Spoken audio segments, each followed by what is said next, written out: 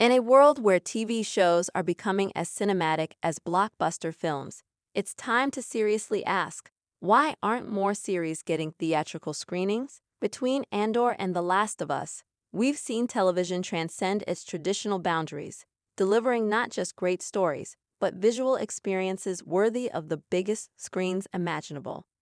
Andor, the Star Wars spin-off series, was a masterclass in world-building, tension, and layered storytelling. Every frame was meticulously crafted, from the textured set designs to the moody, atmospheric cinematography. Scenes like the prison break or Luthen Rael's stirring monologue were not just good TV, they were moments of pure cinematic power. Watching Andor on a home setup is impressive, sure, but imagine the rumble of the prison alarms echoing through a theater. Imagine those tight, suspenseful shots blown up 30 feet high, pulling you even deeper into the rebellion's early, desperate roots. Then there's The Last of Us, HBO's emotionally devastating adaptation of the acclaimed video game. This show didn't just recreate the game's plot, it elevated it. It told human stories of love, loss, and survival, wrapped in stunning visuals. Whether it was the haunting, fungus-covered cityscapes or the tender, heartbreaking moments between Joel and Ellie, The Last of Us begged for a larger-than-life platform.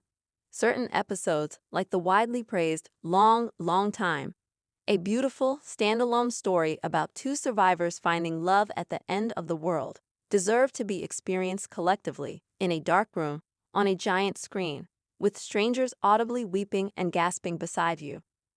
Cinema is a communal experience. It's about sitting shoulder to shoulder with others and feeling stories together.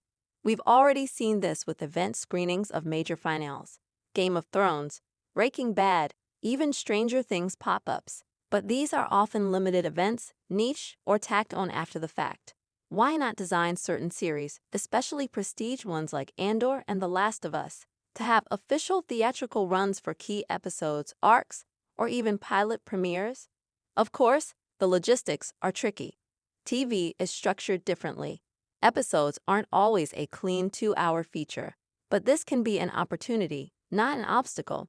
Studios could re-edit multiple episodes into longer features, much like how Battlestar Galactica's pilot was originally screened theatrically. Alternatively, theaters could host 2 to 3 episode blocks for premium shows, offering fans a chance to immerse themselves in the narrative in a way home viewing can't replicate. Beyond the artistic reasons, there's a cultural appetite for this.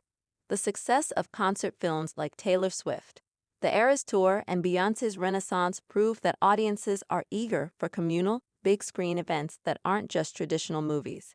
A carefully curated TV theater experience would tap into the same energy. Plus, it could be a new revenue stream for both networks and cinemas at a time when both industries are desperately searching for innovative ways to adapt. In short, Andor and The Last of Us show us that the line between TV and film is blurrier than ever. And that's exciting. But it also raises a challenge. If the art itself has evolved, shouldn't the way we experience it evolve too? Some stories are simply too big, too powerful, too stunning to be confined to a living room screen, no matter how large your TV is.